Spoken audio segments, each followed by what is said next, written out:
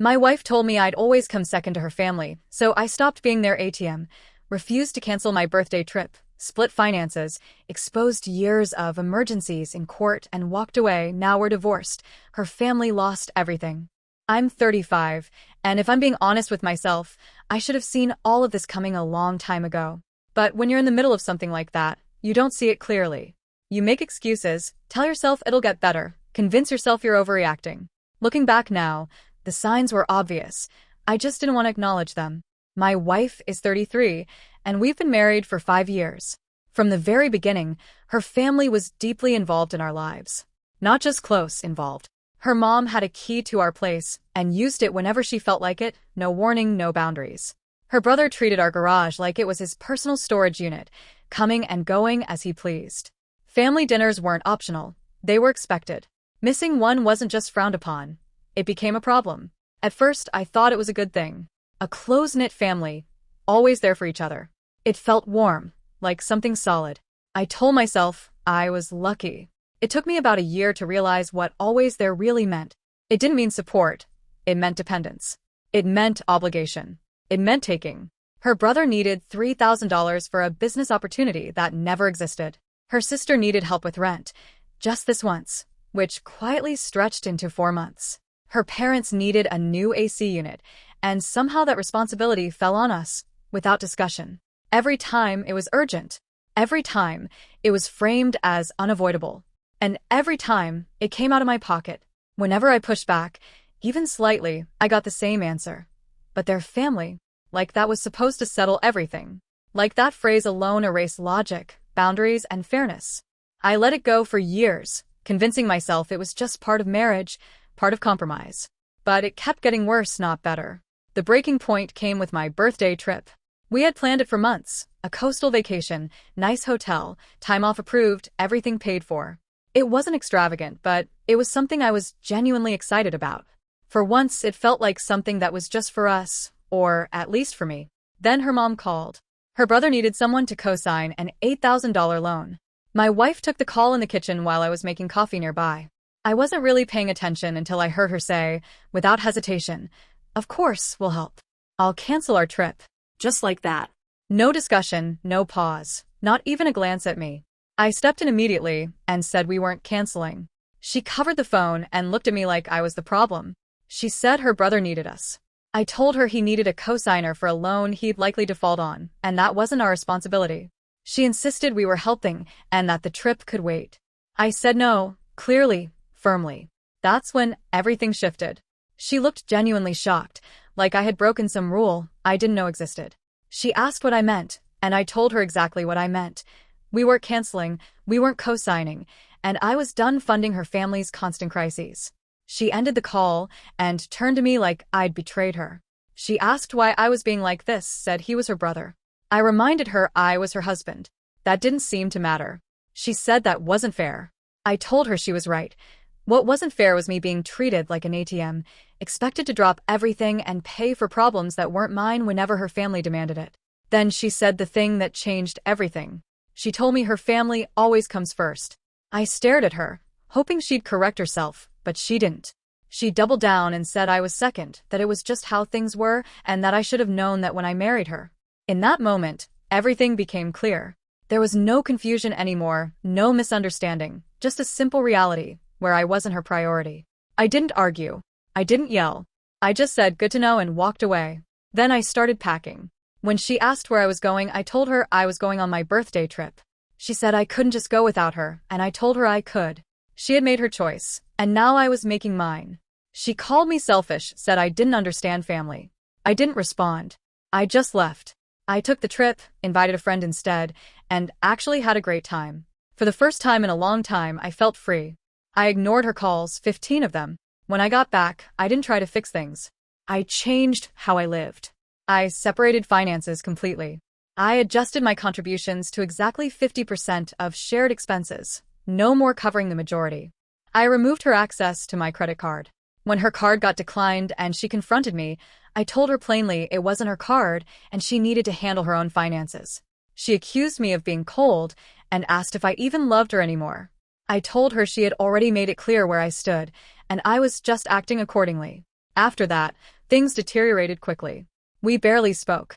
I stopped going to her family's gatherings. I started building a life that didn't revolve around them, joined a softball league, took a woodworking class, made my own plans. It drove her crazy because I wasn't available anymore. I wasn't predictable. I wasn't useful. Then came the final crisis. Her brother had been gambling, seriously, and owed $35,000 to people who weren't known for patience. One night, her entire family showed up at her house. No greetings, no small talk, just a demand for help. They said he was in danger and needed the money immediately. I told them it wasn't my problem. They argued, begged, and tried to guilt me. My wife pleaded with me, but I told her he shouldn't have gambled. Her brother said he could get hurt, and I told him to sell his truck. Her dad asked what kind of man abandons family, and I told him I was the kind who had been told he didn't matter. Finally, my wife gave me an ultimatum. If I didn't help, she'd divorce me. I told her okay. That answer shocked her, but I meant it. The situation exploded into shouting and accusations, and eventually I told them all to get out. They left, and she went with them. Over the next few days, I heard they managed to scrape together about $20,000 through loans, selling things, and pawning valuables, but it still wasn't enough. Update. The harassment started almost immediately after that night, and it escalated faster than I expected. A few days later, her dad showed up at my office. I still don't know how he made it past the lobby, but somehow he did. One minute I was working, the next I heard shouting, and there he was, yelling in front of my coworkers. He went on about how I'd abandoned family, how I was a coward, what kind of man I was. Security had to drag him out while he kept shouting that I'd regret this, and that karma would catch up to me. After that, my boss called me in. "What the hell was that?" he asked.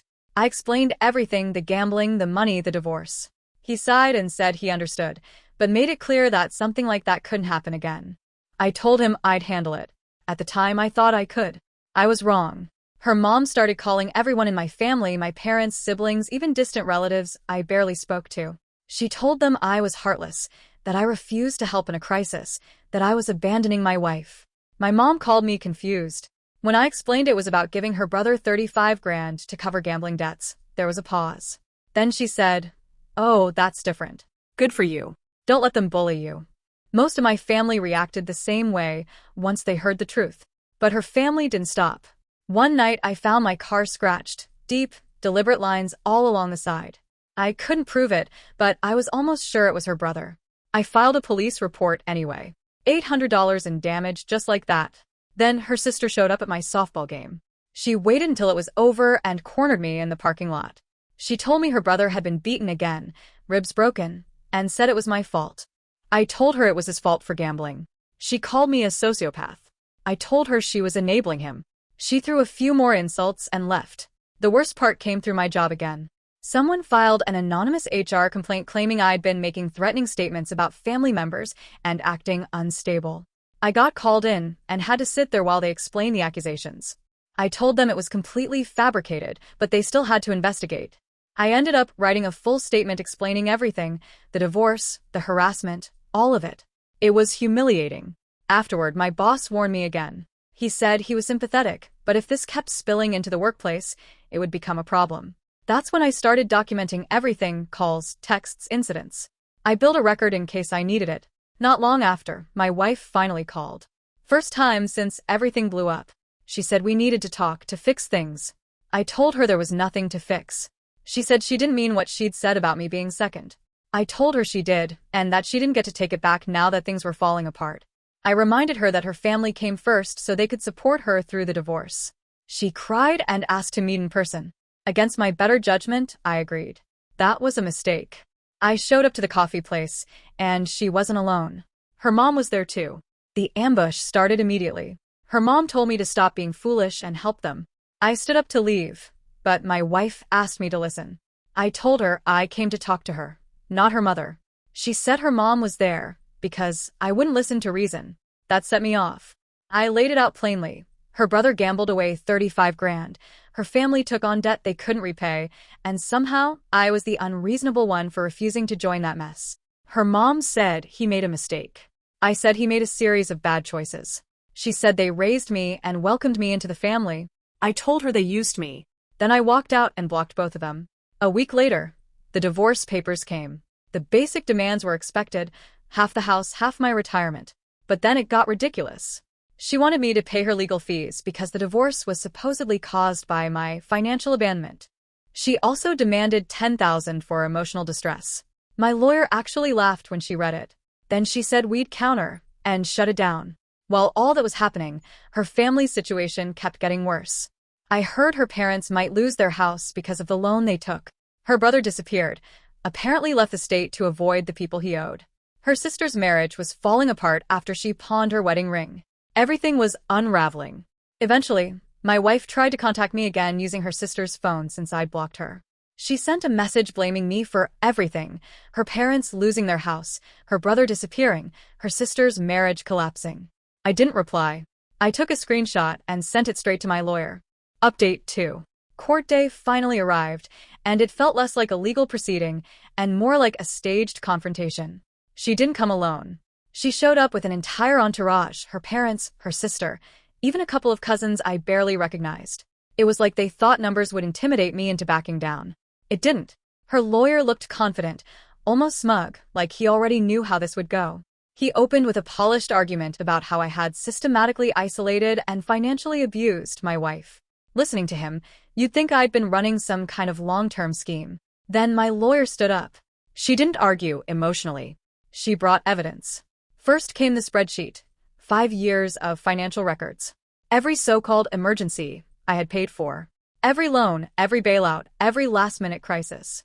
The total came out to just over $24,000. Not a single rupee repaid.